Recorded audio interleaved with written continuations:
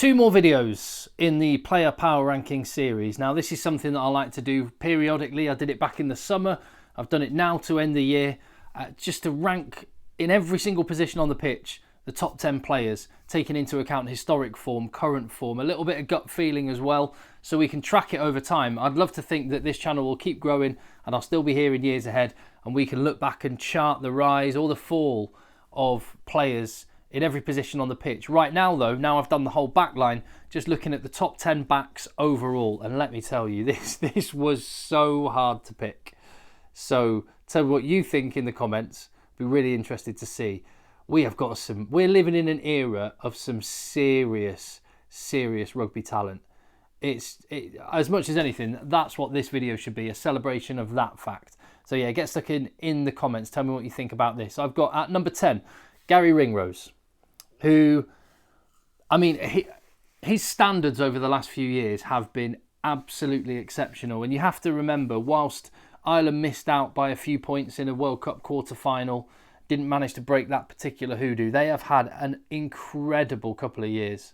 Grand Slams, winning streaks, world number one, and playing attacking rugby, which has been incredible to watch. When the rubber hit the road at a World Cup, once again, it wasn't good enough. But that cannot and should not detract from the brilliant rugby that Ireland have played. And Gary Ringrose has been absolutely instrumental in that.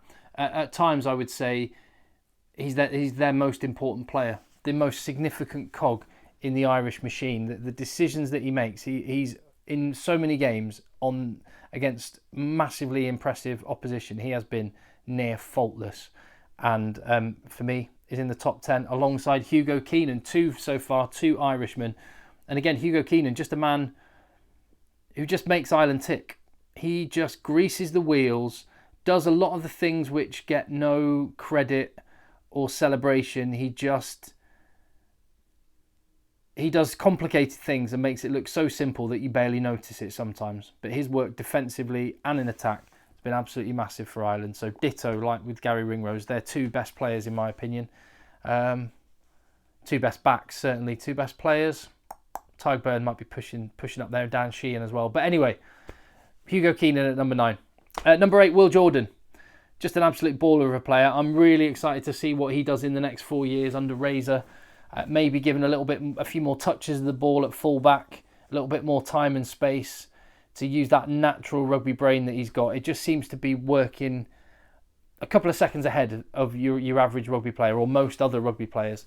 And so Will Jordan, I think, can be an absolute superstar of the sport in the next World Cup cycle. That begins under Razor in 2024.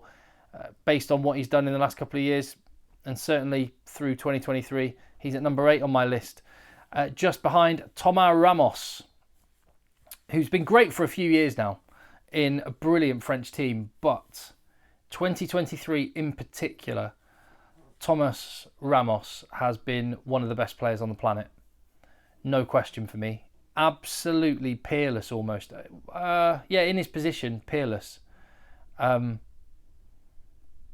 He was incredible in the Six Nations.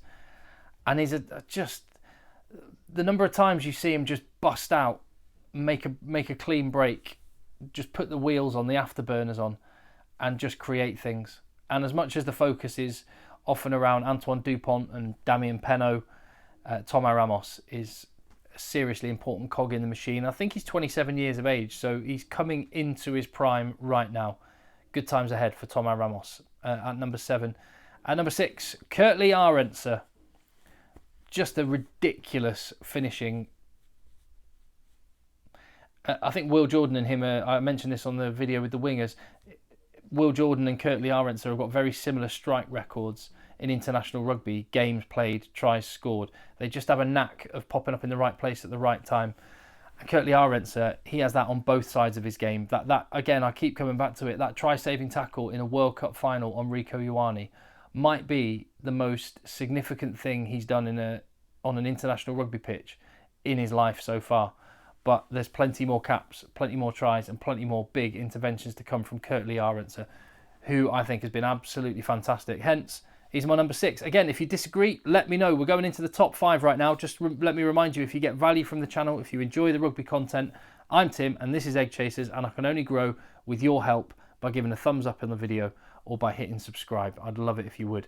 Number 5 then, and another South African, Handré Pollard. Lots of injuries, so that could have, you could argue he should be and would be higher if he'd played more regularly, but cometh the hour, cometh the man. Just ice in his veins. To do what he did in the knockout stages of the Rugby World Cup is remarkable. And to do it and never ever seem to have a doubt in his mind that he was going to make every single one of those kicks. And you also get the sense that even had he missed those kicks, he never would have lost faith in his own ability to do it. Mentally, this might be the toughest rugby player on the planet. He's got it all. And don't be fooled by what I'm saying. I would never want to describe Handré Pollard as just a goal kicking 10. He can do it all, and I've loved watching him in the Premiership in England the last couple of years.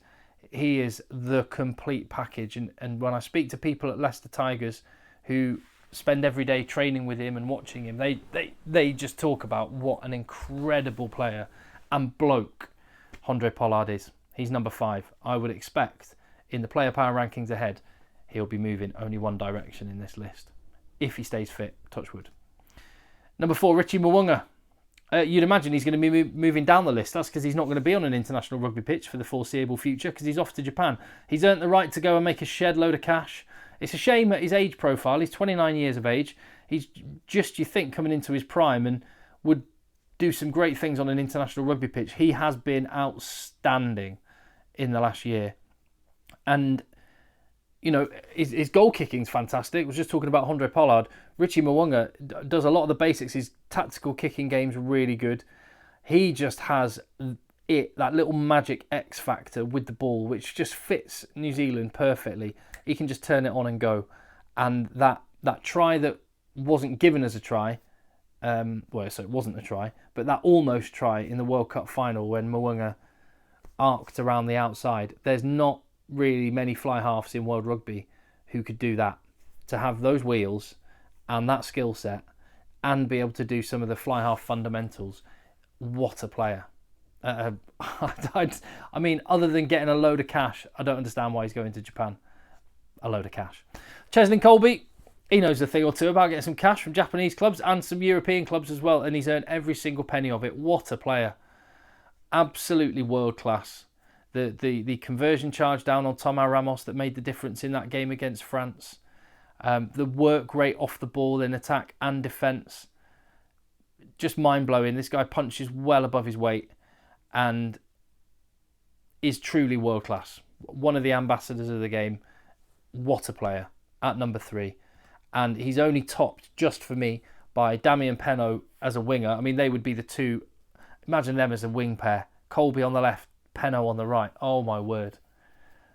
Unbelievable. And then you could have Arendse and Jordan in the opposite team. That wouldn't be too shabby either.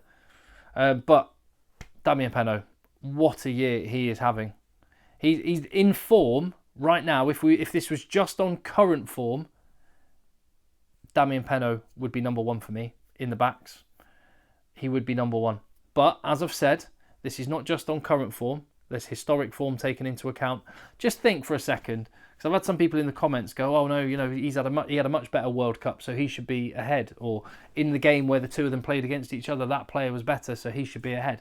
If I did that, then the top 10s now would look completely different from the top 10s that I do in 6 months' time. What I'm trying to do is to just have it so that it doesn't fluctuate too much and you can kind of see some trends over time. So I'm not just going on current form. If I were just going on current form through 2023, this is the best back in world rugby, in my humble opinion. He's got himself to number 2.